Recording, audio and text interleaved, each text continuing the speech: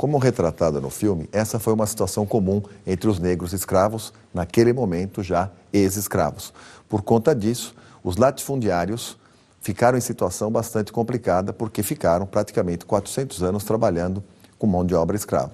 Por conta disso, há necessidade então de suprir a lacuna naquele momento deixada por aqueles negros escravos que não queriam mais trabalhar, independentemente de ser assalariados ou não. Dessa forma, vai surgir então a mão visível do Estado na figura do senador Vergueiro.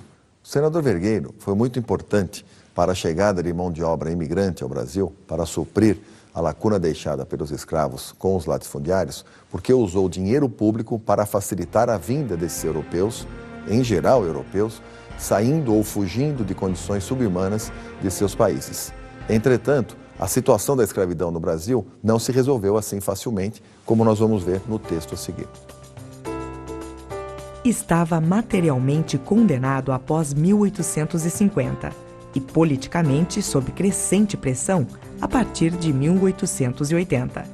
Tornava-se imperioso para o empreendimento cafeeiro encontrar uma fórmula que substituísse o trabalho cativo sem que fosse necessário apoiar-se na desacreditada mão de obra nacional.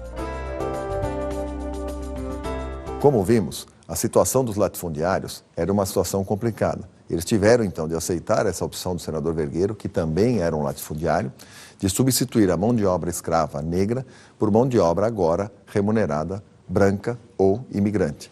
O que acontece é que muitos desses imigrantes, quando aqui chegaram, a eles foi prometido que eles trabalhariam, num primeiro momento, para pagar a viagem e, num segundo momento, para pagar a estadia. Ou seja, o que nós tivemos no Brasil?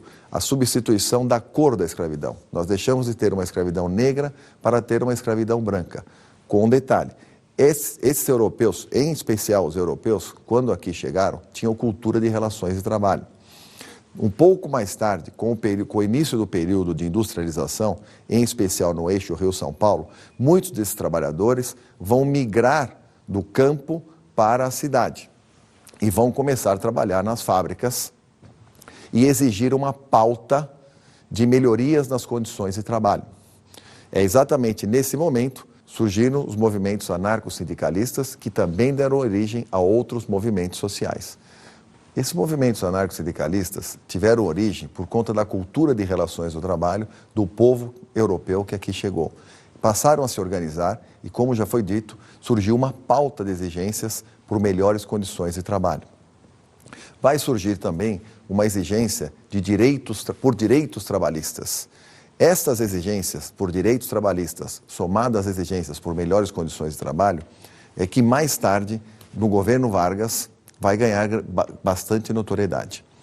O golpe de 30 e o surgimento da legislação trabalhista é um ponto muito importante a se discutir na evolução da administração de recursos humanos no Brasil, porque exatamente neste momento é que vai surgir a administração de recursos humanos na figura do chefe de pessoal. Em 30, instaura-se no Brasil uma ditadura que vai perdurar por 15 anos. Getúlio Vargas, de forma bastante astuta, vai perceber que a classe trabalhadora estava organizada, cria o Ministério do Trabalho, Indústria e Comércio e atende aquela pauta de exigências.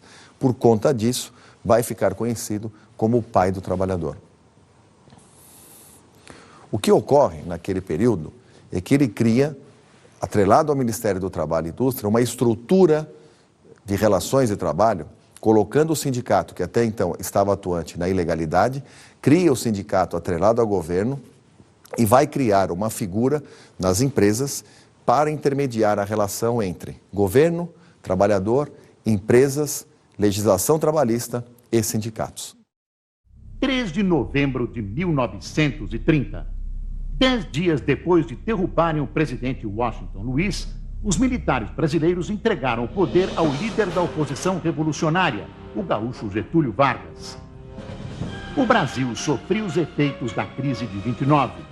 A velha república, dominada pela aristocracia do café, já não era capaz de responder aos anseios do país. Mas nas eleições de março, os currais eleitorais garantiram a vitória de Júlio Prestes, o candidato da situação. As elites dissidentes se reuniram aos antigos tenentes de 22 para derrubar o regime. Getúlio Vargas, o candidato presidencial derrotado, assumiu o comando do movimento. Ele iria ficar no poder até 1945, tornando-se o político mais importante na história do país.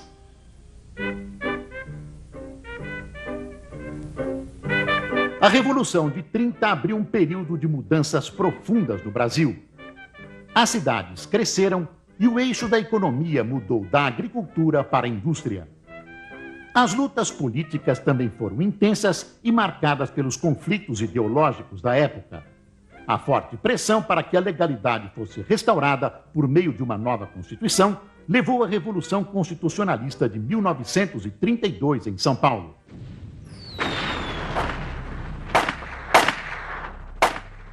Vargas e seus aliados acusaram São Paulo de separatismo e, com sucesso, conseguiram isolar e vencer os paulistas.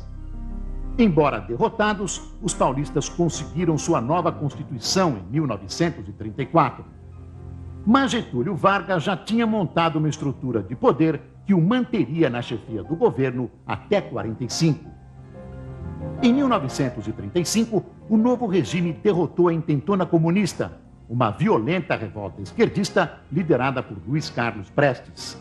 Ele já era um dos principais líderes do Partido Comunista Brasileiro. A onda repressiva que se seguiu à Intentona abriu caminho para a implantação do Estado Novo em 1937. Era a ditadura, prisões, censura e ausência das liberdades fundamentais.